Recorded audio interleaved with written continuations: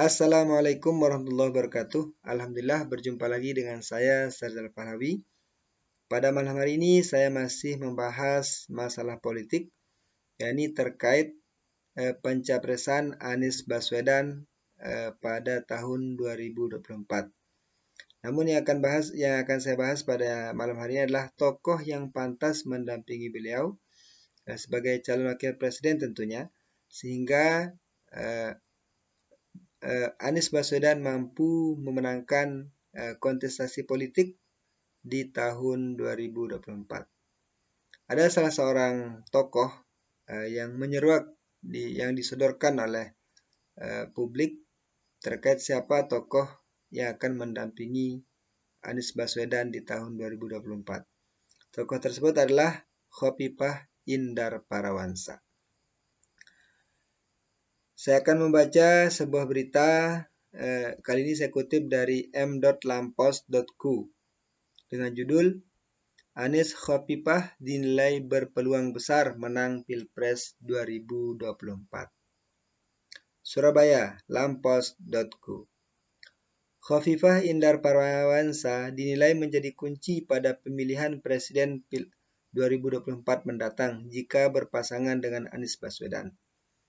Pengamat politik dari Universitas Trunojoyo Madura, Mokhtar Wahyu Utomo, mengatakan peluang menang pasangan tersebut sangat besar. Sebenarnya, bukan hanya Anies saja, siapapun capres yang berpasangan dengan Khofifah, maka peluangnya sangat besar untuk menang. Jadi, Khofifah ini kunci atau kuda hitam pada Pilpres 2024, kata Mokhtar saat dikonfirmasi Senin 14 November 2022. Dia menjelaskan, ada beberapa indikator Khofifah kunci Pilpres 2024, yakni sebagai representatif Jatim karena sebagai gubernur. Yang kemudian, Khofifah juga representatif Nahdliyin atau NU karena sebagai ketua muslimat dan juga representatif kaum perempuan. Apalagi sejauh ini relatif tidak ada capres atau cawapres yang beredar dari kalangan perempuan sekuat Bu Khofifah, jelasnya. Mokhtar menyebut Khofifah berpeluang besar dilirik para capres-capres seperti Anies Baswedan, Ganjar Pranowo, dan Prabowo Subianto. Bahkan mereka semua turun ke Jatim dan menemui Khofifah secara khusus. Namun hingga saat ini, Khofifah belum menentukan sikap memilih yang dikehendaki untuk didampinginya.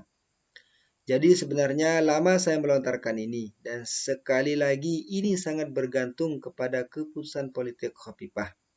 Dia mau naik ke Pilpres atau tetap di Jatim, ungkap Mokhtar.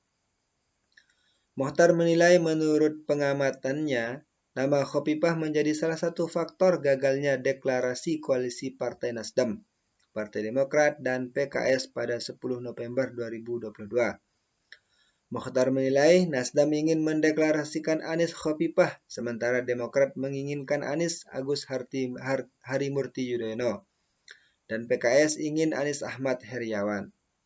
Saya melihat itu salah satu faktornya, karena masih ada beberapa pihak di kubu Nasdem ingin Anies Khofifah. PKS menginginkan Aher jadi pendamping Anies dan Demokrat Anies AHY. Sementara capres-capres melirik Khofifah, bahkan sudah menemuinya secara langsung, bebernya. Jadi itu pendapat menurut salah seorang pengamat politik, dan saya setuju dengan pendapat tersebut sebab untuk memenangkan kontestasi Pilpres pada tahun 2024 diperlukan seorang tokoh yang memiliki basis massa yang kuat. Di mana letak basis massa yang kuat itu? Ya, kita ketahui bersama bahwa di Indonesia pada saat ini organisasi yang paling besar masanya adalah NU. Yang kedua Muhammadiyah. NU dengan 93 juta anggotanya merupakan diibaratkan seperti gadis cantik bagi para politikus, ya, karena dianggap sebagai lahan subur untuk meraup suara. Contohnya ini sudah dibuktikan pada Pilpres 2019 lalu, ketika Bapak Presiden Insinyur Haji Joko Widodo memilih Profesor Dr. K. Haji Ma'ruf Amin sebagai calon wakil presidennya. Ada beberapa pengamat yang mengatakan pada saat itu bahwa seandainya Pak Jokowi tidak memilih Profesor Dr. K. Haji Ma'ruf Amin sebagai wakil presidennya, ada kemungkinan beliau akan kalah. Ada kemungkinan beliau akan kalah, mengingat kondisi politik pada saat itu yang sudah tidak rasional lagi, yang sudah tidak rasional lagi, lebih mengedepankan politik identitas. Nah, sehingga ketika Pak Jokowi memilih Kiai Ma'ruf sebagai calon wakil presidennya, maka NU pada saat itu bersatu untuk mengusung Presiden Joko Widodo sebagai sebagai wakil presidennya. Dan saya pikir Anies Baswedan beserta tim pemenangannya perlu mempertimbangkan untuk menjadikan Khofifah Indar Parawansa sebagai calon wakil presidennya.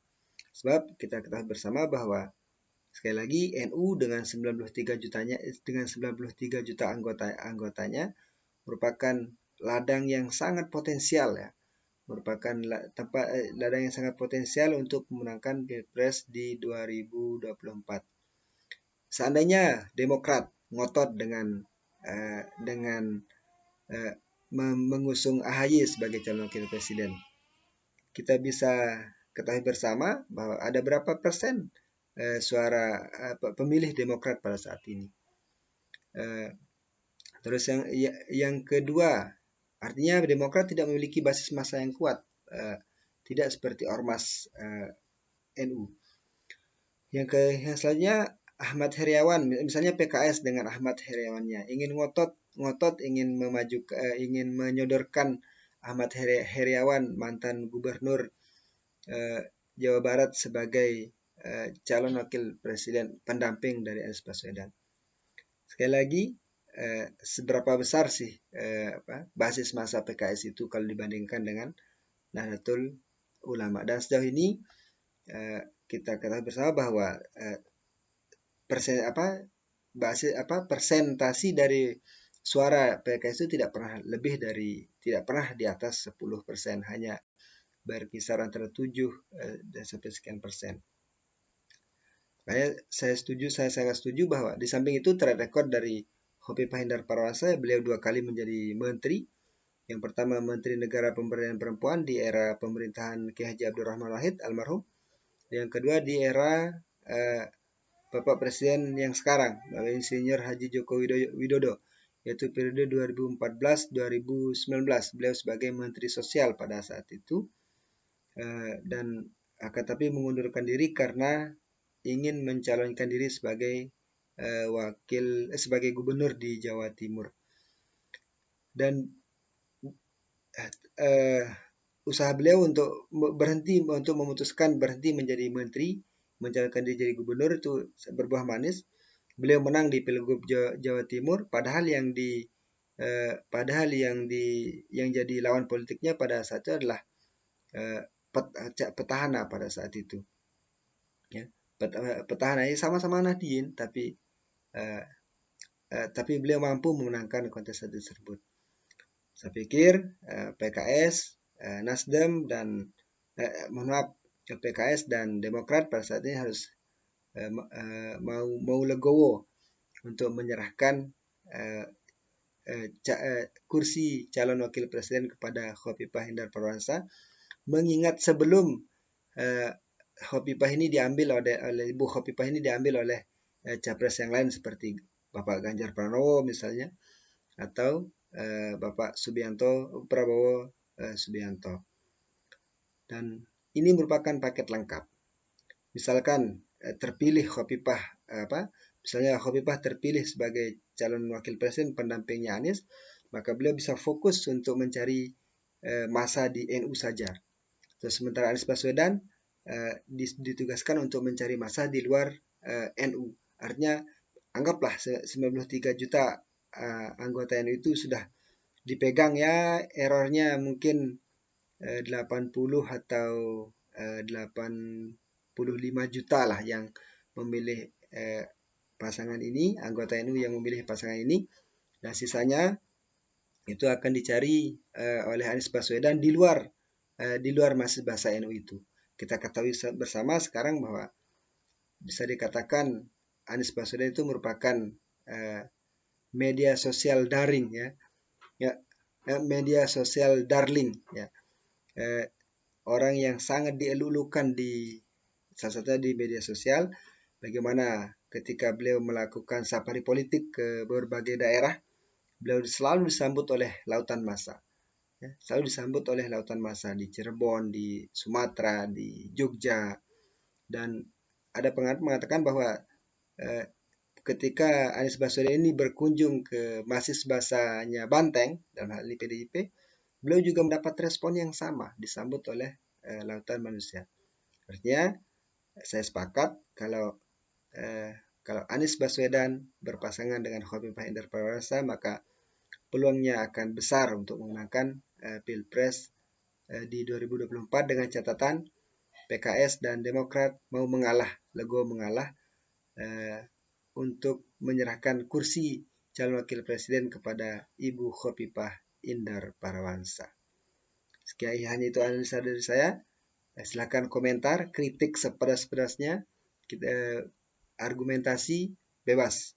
Sekian, assalamualaikum warahmatullahi wabarakatuh.